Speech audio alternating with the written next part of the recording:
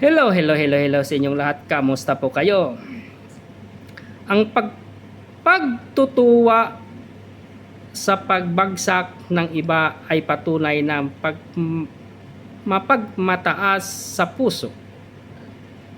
Kapag tayo ay natutuwa na bumabagsak ang kaaway, pinapakita nito na iniisip natin na mas mataas tayo kaysa sa kanila. Ngunit ang tunay na matuwid ay hindi nagmamalaki.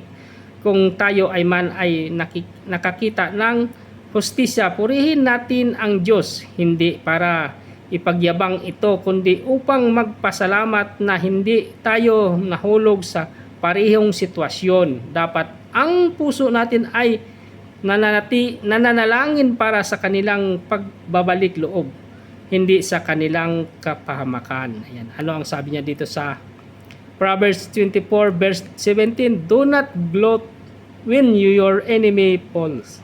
Ayan. Salamat sa Diyos sa kanyang mga salita at ugaliin nating magpatawad at manalangin sa ating poong may kapal.